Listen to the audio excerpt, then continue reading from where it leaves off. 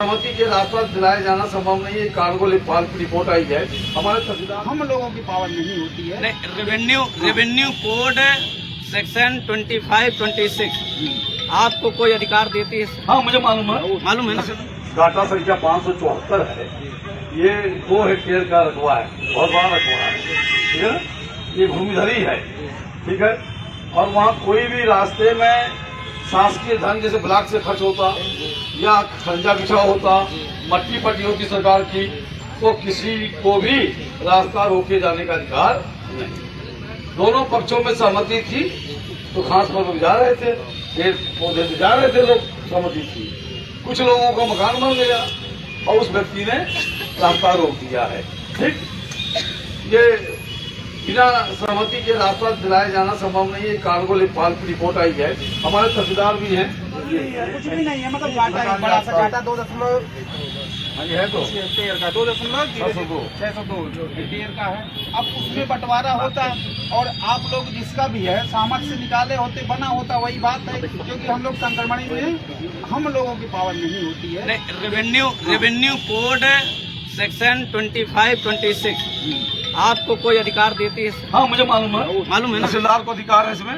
समाचार उसमें पढ़िएगा, उसमें लिखा हुआ है, उसमें लिखा हुआ है कि दोनों के सामंजस्य से, नहीं परंपरागत रूप से नहीं सर नहीं सामंजस्य। मैं आपके कुछ केस भी दे सकता हूँ सर। हाई कोर्ट का निर्णय भी 2000 सामंजस्य की 9 दिसंबर 2022 जमीन है, उसमें सामंजस्य। तहसीलदार दोनों पक्षों को सम्यक रूप से सुनेगा और परीक्षणोपरांत दोनों की सहमति के आधार पर वो उसका निस्तारण करेगा, यथासंभव पुलिस बल लगाएगा। आपने आर्टिकल 300A पढ़ा होगा।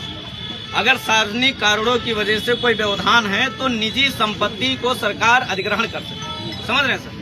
और इसके लिए एक एक्ट बनाया गया था, भूमि अर्जन पुनर्वसन और पुनर्व्यवस्थापन में उचित प्रतिकर और पारदर्शिता का अधिकार अधिनियम 2013 का एक्ट बना हुआ था। सुनिए सर, धारा 4 जो है सार्वजनिक प्रभाव को देखेगी क्योंकि मामला सार्वजनिक है। धारा 23 में मुआवजे का निर्धारण करेगी। धारा 26 में बाजार के आधार पर निर्धारण करेगी। धारा 38 में उसे अधिग्रहण कर सकते। और ये काम कलेक्ट्रेट का है, समझ रहे हैं, डीएम साहब का। इसलिए मैं आपके पास से ताकत ही नहीं है। अगर आपके हिसाब से आर्टिकल ये जो रेवेन्यू कोड का धारा 26 आपके पावर में नहीं है, आपके हिसाब से नहीं है, तो ये जो है ये 2013 की जो है उचित प्रतिकर पारदर्शिता का अधिकार अधिनियम 2013, इसमें डीएम साहब को पावर है। मैं वो बात डीएम साहब को बताऊंगा, इसलिए मैं आपसे क्षमा चाहता हूँ। डीएम साहब डीएम साहब से मेरी बात हुई नहीं, मैं उन्होंने क्या मैसेज मुझे दिया है, बाकी आप बताइएगा। नहीं, मैं बता रहा हूँ, मैं भी एक यूपीएससी एस्पिरेंट हूँ। इसी कारण से मुझे यहाँ आना पड़ा, क्योंकि ये जो बदहाली देख करके मैंने सिविल एस्पिरेंट में पीसीएस मेंस तक पहुँचा सर। इसके बाद में मैं यहाँ आया हूँ और जिस जगह पर सर आप हैं उस जगह पर मैं होता कभी, लेकिन क्योंकि ये जो दुर्दशाएं हैं, इस दुर्दशाओं की वजह से मुझे यहाँ आना पड़ा। मैं ये कह रहा हूँ सर, अगर कलेक्टर साहब को ये पावर है 2013 का एक्ट के तहत, तो 2013 के एक्ट के तहत कलेक्टर साहब इसका निर्णय ले सकते हैं। तो मैं उनसे मांग कर सकता हूँ, अगर आर्टिकल 25 के तहत रीत रिवाज के आधार पर, परंपरागत के आधार पर, पुश्तैनी के आधार पर रेवेन्यू कोड 26, 25, 28 अगर हमको अधिकार देती है, तो सर आप उसे सार्वजनिक रूप से उसे खोल सकते हैं। ऐसा कोई व्यवधान नहीं है।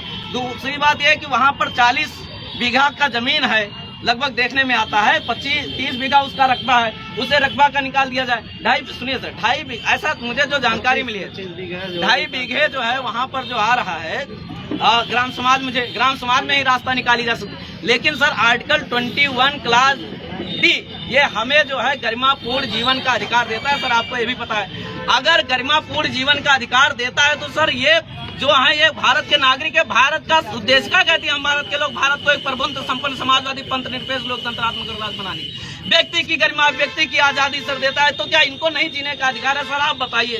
एकदम जीने का अधिकार है। मैं ये मांग कर किसी भी व्यक्ति की निजी भूमिधरी को बिना उनके कंसेंट से लेंगे तो हाईकोर्ट मुझे नापेगा सर। आपको नहीं नापेगा। मैंने कलेक्टर को तलब करेगा हाईकोर्ट कि without the consent how can you take the possession of the road. अभी डीएम साहब से बात हुई हमारी। डीएम साहब ने ये कहा कि ये जो पीछे से जो चक रोड है, ये जो है, अगर आप लोग